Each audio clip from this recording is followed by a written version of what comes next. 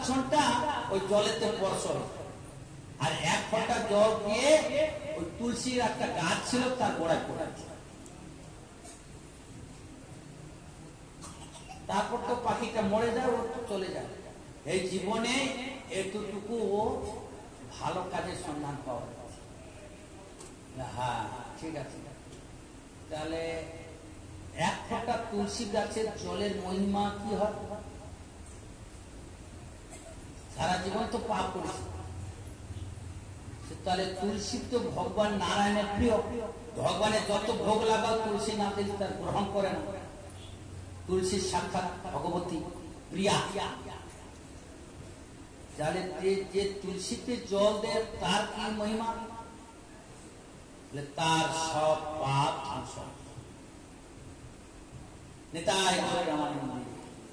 কারণ এই জন্য আমাদের হিন্দু সমাজে হিন্দু বাড়ির চিহ্ন কি? তুলসীর গাছ। আর হিন্দুর গলার চিহ্ন কি? তুলসীর মালা। আর হিন্দুর কপালের চিহ্ন কি? তিলক। মুসলমানের চিহ্ন কি? বলে টুপি। আর হিন্দুর চিহ্ন কি? টিকি। এখানে ভাগবত সমাজ হচ্ছে, সবাই 26 পদের ভাগবত করছে। কয়জন মাথায় টিকি আছে আর কয়জনের গলায় মালা আছে আমি কালকে দেখ।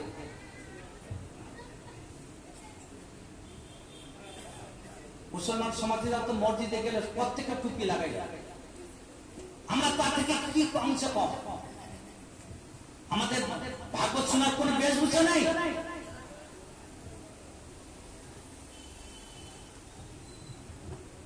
এগুলো কথা কাকে শোনাবো?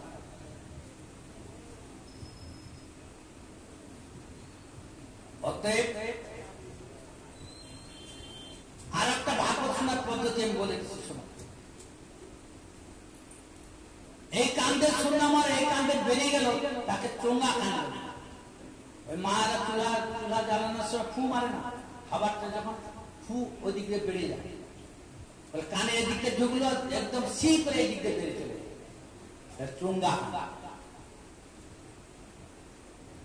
আর এদিকে ঢুকলো আর মুখ দিয়ে বেরিয়ে গেল। বলে শুনিয়ে আসলে ভাগবতে আসছে অন্যদের তুলসী মালা পড়ছি না, হিন্দু হচ্ছে মুখ করি না। আরে তাহলে পরপথের পাকা ও নিজে করে বলে ওর দ্বারা হবে না। আর এই কান্দে শুনে হৃদয় অঙ্গম করতে হবে, সে হবে। তুলসী যখন মহিমা বলছি দুটো একটা কথা বলে। তুলসী তিনটার নাম। স্বর্গেতে, আমার স্বর্গে বলছে ভগবানের ধামে, যে নিত্য ধামে বৃন্দা সখী। স্বর্গেতে মালিনী, মর্তেতে তুলসী।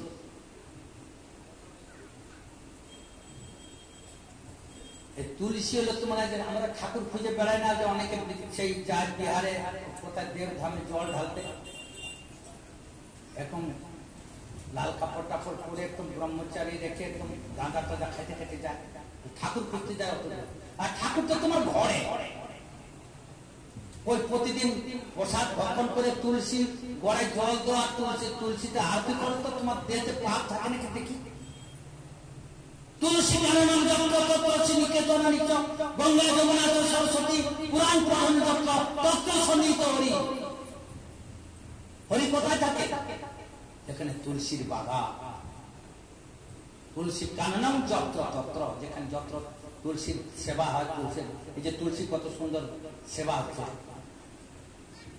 গঙ্গা যমুনা সরস্বতী, গঙ্গা নদী যমুনা নদী সরস্বতী পূর্ণ নদী যেখানে। পুরাণ পঠনম যত্র, যেখানে পুরাণ পাঠ হচ্ছে, ভগবান সেখানে বিরাজমান। আপনারা অনুভব করতে পারছেন না? তিনি 50 রূপে আছেন, বলছে যে 10 দিক হলো তার শ্রবণ, চন্দ্রসূর্য তার দুটা চক্ষু, ধরতী দেবী তার দেহ, নদীগুলো তার নারী বুড়ি, গাছগুলো তার লোমকূপ, নাম রূপে গ্রন্থ রূপে সর্বত্র বিরাজমান। আমরা অনুভব করতে পারছি না।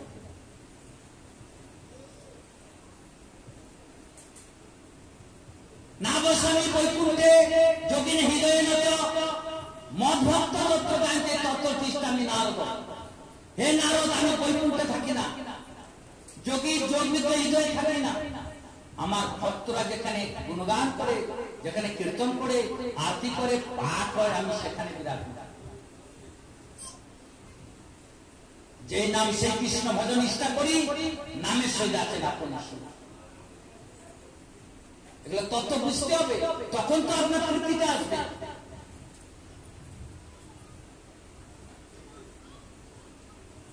তা সেই সুখদেব মহারাজ সুত গোস্বামী ঋষি মুনিদের এরকম করে ভাগবতের মহিমাটা বলছেন। বলতে বলতে তিনি এই সংসারে কাঁচ আর অমূল্য মণি যেমন, তেমনি কোথা অমৃতার, কোথা ভাগবত কথা, এইসব চিন্তা করে সুখদেব দেবতার কথা হেসে উড়িয়ে দিলেন। দেবতাদের ভক্তিহীন কথা শ্রবণ অনধিকারী বুঝতে পেরে সুখদেব তাদের কথা মূল্য দেয় নেই, কারণ ভাগবত কথা দেবতাদেরও দুর্লভ।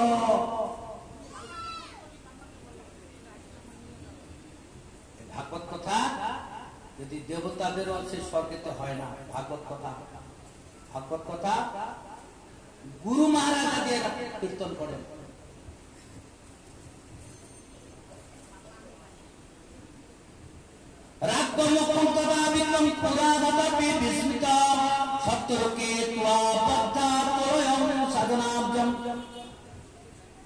লঘুন্নানি জাতানি গৌরবেন ইদম মহৎ পদারি শ্রবণা সর্বে বিষ্ণুম পরমং গুরু মেনিরে ভগবত রূপং শাস্ত্রম ভাগবতম কৌ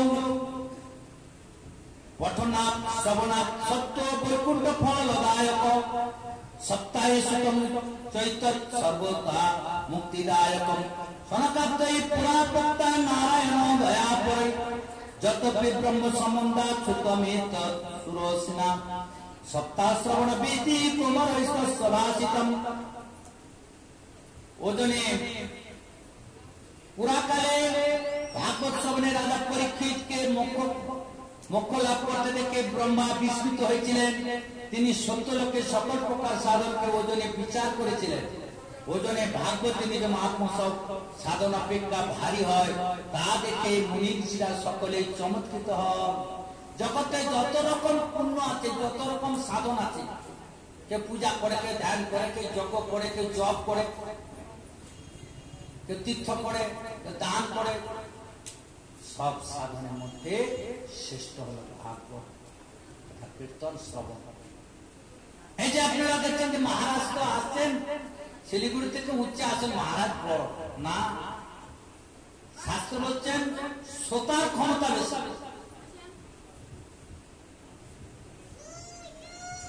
কিরকম একটা সূত্র আছে, গুরু মহারাজ কাছে শুনেছিলাম, খপনক দেশে ধোপা কিম করিষ্যতি। এই কথাটা অর্থ হলো, কোন কোন গ্রামে, যে আদিবাসী গ্রামে, তারা কাপড় পরে না, তারা দিগম্বর। সেই গ্রামে যদি ধোপা দোকান খুলে বসে, বা দোকান চলবে? মানুষ তো কাপড়ই পরে না, তার দোকানে কে কাপড় নিয়ে যাবে? এরকমই যেখানে ভাগবত কথা কীর্তন করার জন্য মহারাজের একটা শ্রোতা নেই, কাকে শোনাবে? এই পাথরের দলগুলোকে।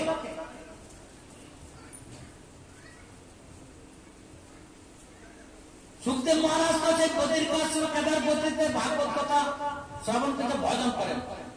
আর শ্রোতা যদি পরীক্ষিত মহারাজ না থাকতো, কাকে শোনাইতো?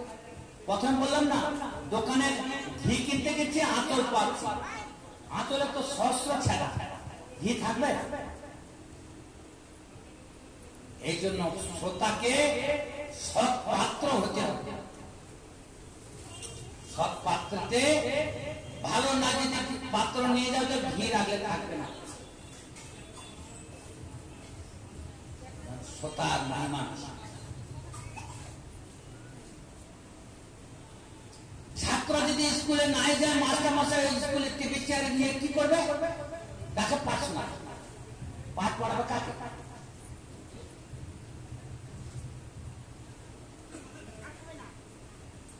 তারা সিদ্ধান্ত করেন যে কলিযুগে ভাগবত স্বরূপ ভাগবত শাস্ত্রে পাঠ ও শ্রবণের তাৎক্ষণিক মোক্ষ প্রাপ্তি সম্ভব সত্যাবিধি অনুসারে শ্রবণে ভাগবত নিশ্চিন্ত ভক্তি প্রদান করে পুরাকালে দয়ালু সনুকাতে ঋষিগণ দেবর্ষি নারদকে শাস্ত্র শ্রবণ করেছিলেন। দেবর্ষি নারদ যদিও পূর্বে ব্রহ্মা নিকটে শাস্ত্র শ্রবণ করতেও সপ্তাহ শ্রবণের বিধি সনুকাতে ঋষিগণ তাদের বলেছিলেন। পুরাকালে একটা কাহিনী একটা বলছে। এখন কত রাত হলো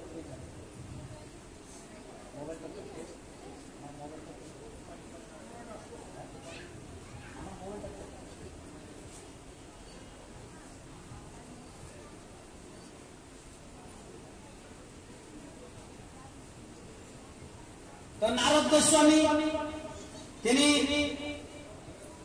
আবির্ভাব হলেন দক্ষিণ ভারতে। দক্ষিণ ভারতে কিছু ব্রাহ্মণ নিষ্ঠাবান ব্রাহ্মণ আছে। দক্ষিণ ভারত থেকে কর্ণাটকে গেলেন।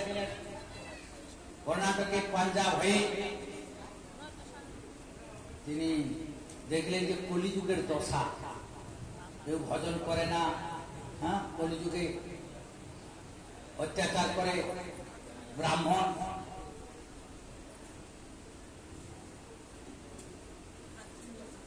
মন্ত্র ব্যবসা করছে, হ্যাঁ, গৃহস্থ ব্রাহ্মণ কন্যা বিক্রি করছে, স্ত্রীরা চুলের বাহার দেখে ঘুরেছে, তারা পতিপ্রথা ধর্ম পালন ভুলে যাচ্ছে, গাছ বৃক্ষ ফল দিচ্ছে না, গাভীর দুধ দিচ্ছে না, মিথ্যাবাসী হচ্ছে, যে এরকম বিভিন্ন রকম অন্যায় অত্যাচার, সাধুরা বিভিন্ন রকম অনাচার করছে, মঠ মন্দিরে ঠিক ঠিক মতন পূজা পাঠ হচ্ছে না। এরকম ভাবে চতুর্দিকে ঘুরতে ঘুরতে তার মন খারাপ হয়ে যায়।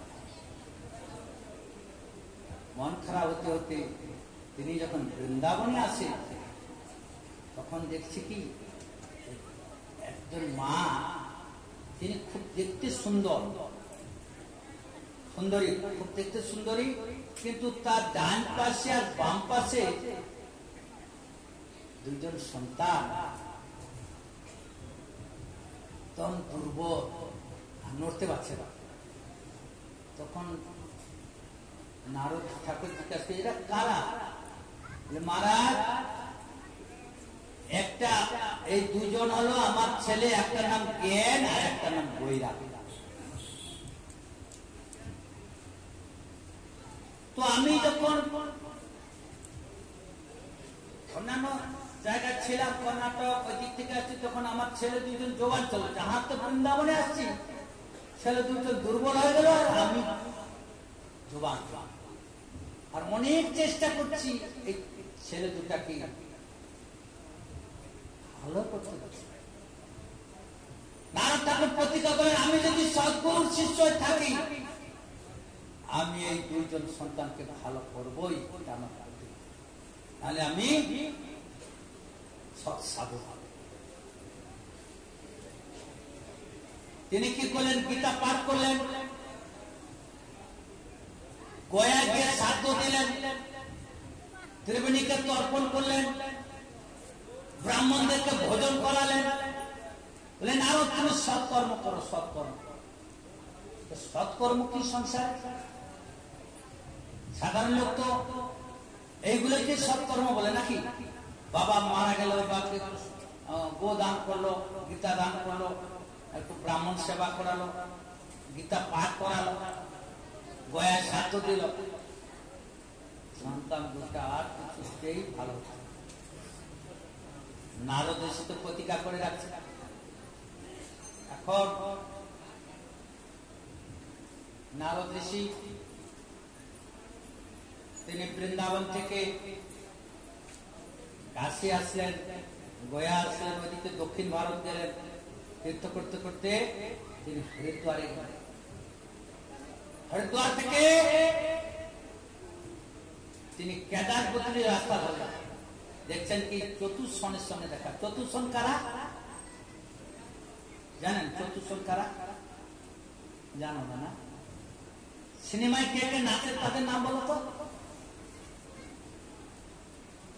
ওই যে বৌমাকে জিজ্ঞেস করে দিল, ওই যে বোম্বাই থেকে ভালো গান করে তার নামটা জিজ্ঞেস করে।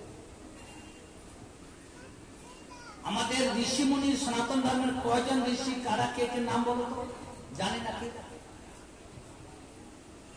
মায়েরা জানেন তো বাচ্চাকে শিখাবে কোথায়? আমাদের সমাজ কোথায় যাচ্ছে এবার বিচার করো। সনৎ সনন্দন সনত কুমার হল ব্রহ্মার সৃষ্টির প্রথম সন্তান।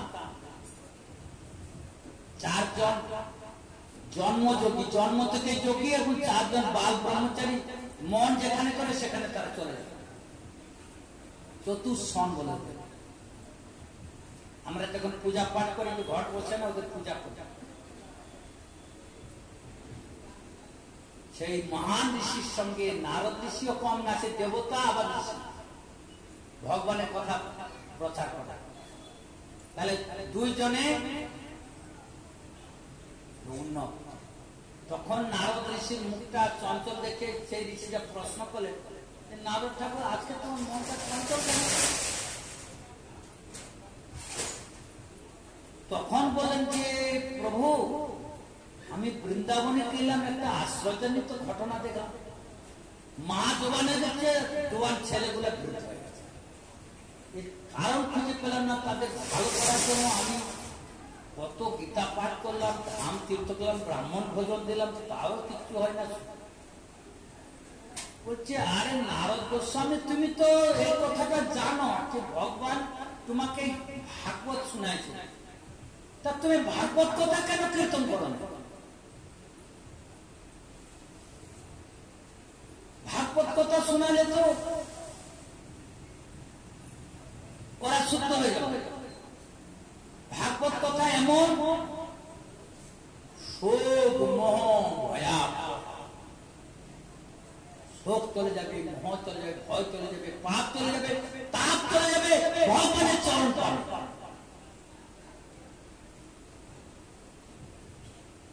অনেকে আছে না সংসারে,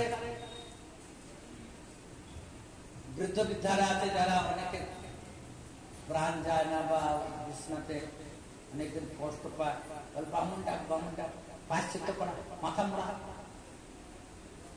কিন্তু শাস্ত্র বলছেন, ভাগবত বলছেন, সর্বমহা প্রায়শ্চিত্ত যে প্রভুর নাম। এই প্রভুর নাম হলো সর্বমহা প্রায়শ্চিত্ত। এক কৃষ্ণামে যত পাপ হরে, পাপীর কি সাধ্য আছে?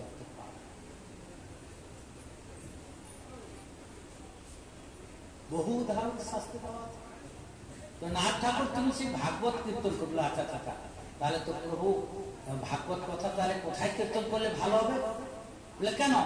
এই হরিদ্বার ক্ষেত্র হলো খুব ভালো জায়গা। হরিদ্বার কথাটা অর্থ কি? হরির দ্বার, হরি চরণে যাওয়ার প্রথম দ্বার। মর্তভূমিতে গঙ্গা এসে প্রথম হরিদ্বারে মাটি স্পর্শ করেছিল। সেখানে সপ্ত ঋষি মুনি তপস্যা করছে। সপ্ত ঋষি তপস্যা করছিল, গঙ্গাকে যখন নিয়ে আসছেন ভগীরথ, ঋষির আশ্রম ভেসে যাবে বলে 7টা ধারা হয়ে গেছে। ওই জন্য সপ্ত ঋষির আশ্রম। তো ওখানে সেই বড় বটবৃক্ষ আছে, বিশাল পুরী বলে। সে বিশাল পুরীতে ভাগবত কথা। তাহলে বক্তা কে বলবে? আমরাই, আপনি বক্তা হন চতুর্সং। ঠিক আছে, আপনারা তো ঋষি মুনি, মায়া তো আপনাদের স্পর্শ করেনি, আর ভগবানের তো পরম ভক্ত। সেই ভাগবত কথা কীর্তন করতে পারবে।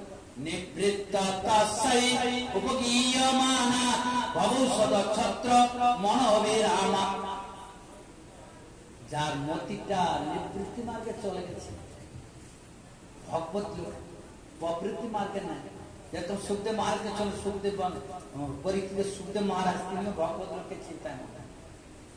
সংসারের যে গুরু হোক, বৈষ্ণব হোক, মহান ঋষি হোক, মহান কোন ভক্ত হোক, তার চিত্ত যদি ঈশ্বর জগতে চলে যায়, তার হৃদয়ে যদি কোনো কামনা বাসনা নাই, সে যদি মায়াকে জয় করে ফেলেছে, তার মুখ থেকে ভাগবত কথা শ্রবণ করলে ওষুধের মতন কাজ করবে।